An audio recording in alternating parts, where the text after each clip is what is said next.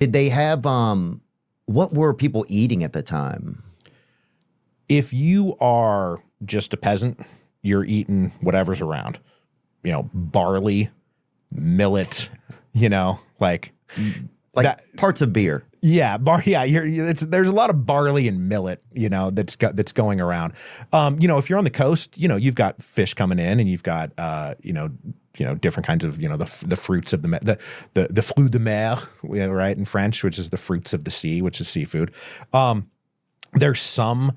There's meat. There is red meat that people are eating, but it's, in far less quantities than we eat today. And then, you can get Roman cookbooks today where people go through like different recipes that we sort of knew that they had. And like, dormice always seem to show up as one of the things that people like to eat. A little dormouse. Yeah, huh? a little dormouse action. We always got to do that when we do Roman food. There's a great sort of like fish sauce called garum that they were all, that they were wild for, which is actually the principal export of Pompeii.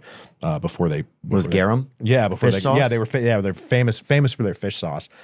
Wow. And then what are they drinking? They're drinking wine, and there's a lot of wine being consumed in the ancient world, and they would make this like it was a very thick wine, and so like a port almost. Yeah, but so much so that like you would cut it with water, and so it was almost like concentrate, right? And the way it's like Kool-Aid.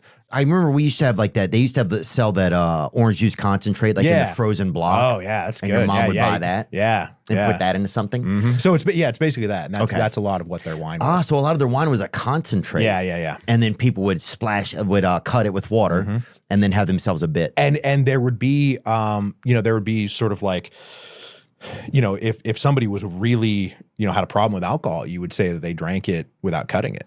Ooh. That was like a thing that would get passed around. Oh yeah. Mm-hmm. Oh yeah. He would just drink it straight. That's not so good.